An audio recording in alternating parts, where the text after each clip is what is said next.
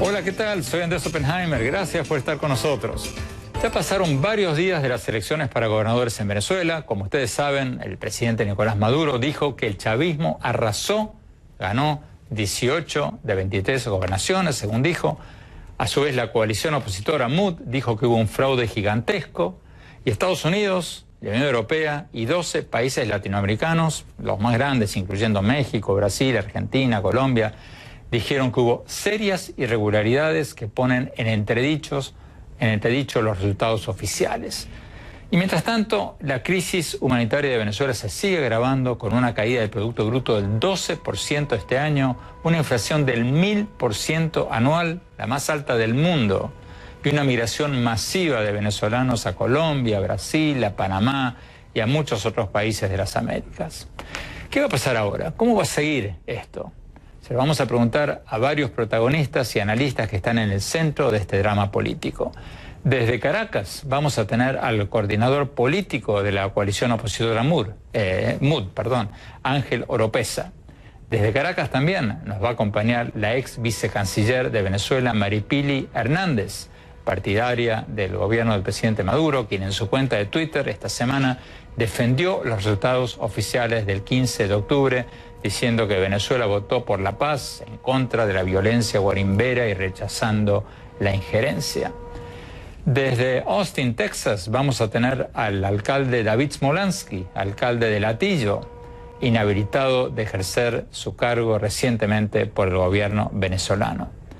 Y en nuestros estudios vamos a tener al magistrado Alejandro Rebolledo, magistrado del Tribunal Supremo de Justicia, designado por la Asamblea Nacional de Venezuela, de mayoría opositora.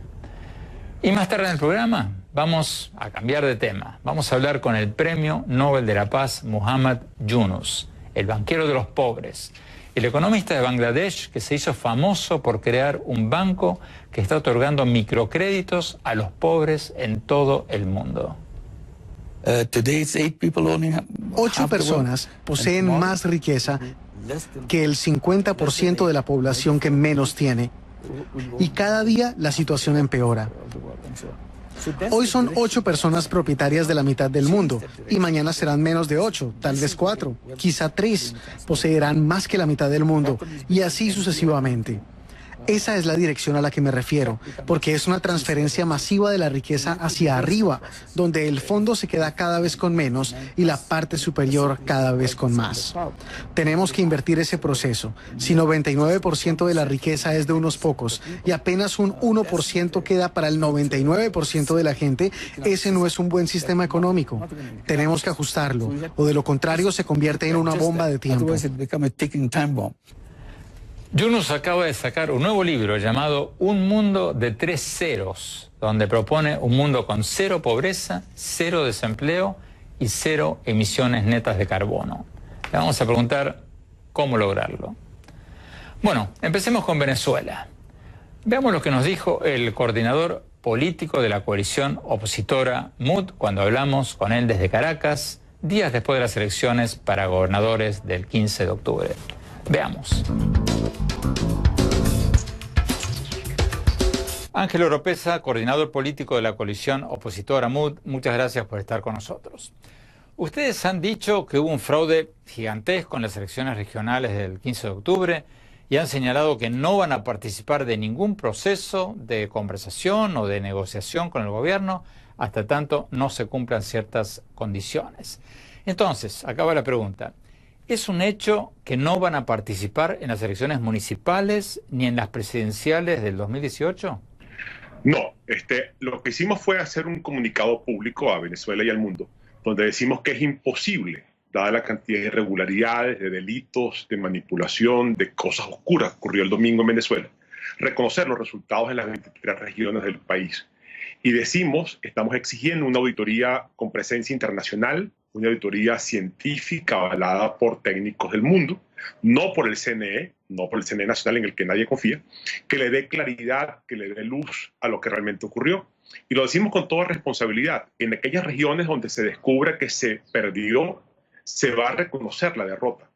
Pero en aquellos sitios donde estamos seguros que se ganó, donde además ha habido cualquier cantidad de irregularidades, hemos hecho una lista preliminar, Andrés, de 1 millón de personas, 1 millón un poco más, que no pudo participar porque fue violado su derecho, les negaron el acceso a los centros. Estamos hablando de 350.000 personas que fueron víctimas de violencia, amedrentamiento. Estamos hablando de 700.000 personas que fueron víctimas de otros hechos irregulares. Dado la cantidad de hechos oscuros, lo que estamos diciendo es imposible reconocer resultados. Entonces, para ver si entendí bien, ¿piensan participar o no en las próximas elecciones? Para poder responder esa pregunta, hago una pequeña explicación. Se ha dicho que la mesa no sabía qué se enfrentaba. La mesa sabía perfectamente qué estaba ocurriendo, que era un CNE fraudulento, un proceso bastante sucio, bastante corrompido. Ahora, la decisión fue política. Lo que dijimos fue, si no íbamos a esta elección, el gobierno iba a lograr su objetivo, que era darse una especie de baño internacional a su imagen de pseudodemocracia.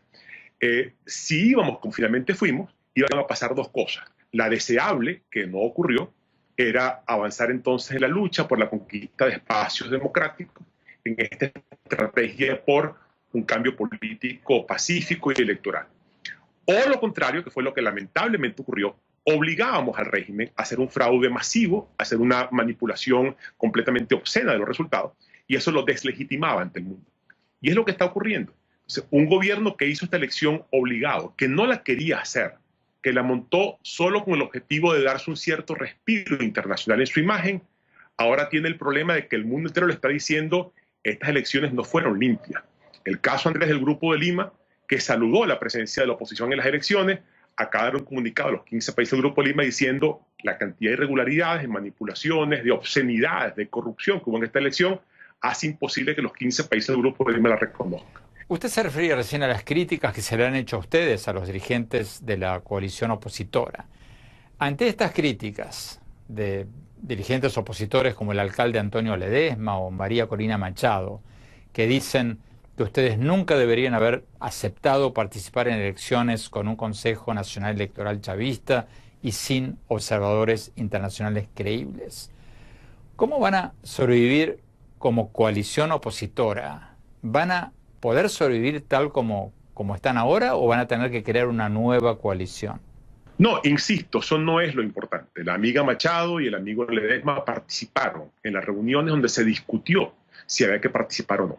Y desde el principio se dijo lo importante no es participar, sino qué de las cosas que hagamos, participar o no, contribuía al objetivo superior, que es derrocar la dictadura y la tragedia social que ha venido con ella. Ellos tuvieron su postura, dijeron que no estaban de acuerdo. Los 20 partidos de la mesa dijeron creemos que sí. Otra vez, lo que prevaleció fue el criterio de que tú no puedes, porque tienes miedo de que te roben, abrir la puerta de tu casa. Aquí lo que se dijo fue hay que participar. Sabemos cuál es el juego del gobierno, que es un juego simplemente de lavarse la cara internacional.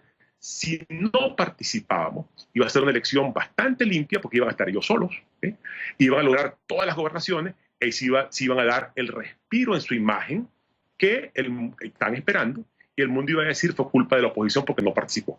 Al participar, otra vez, hemos obligado al gobierno a hacer esta manipulación gigantesca que hoy tiene al mundo condenándolo, y es lo importante. El objetivo del gobierno no se cumplió.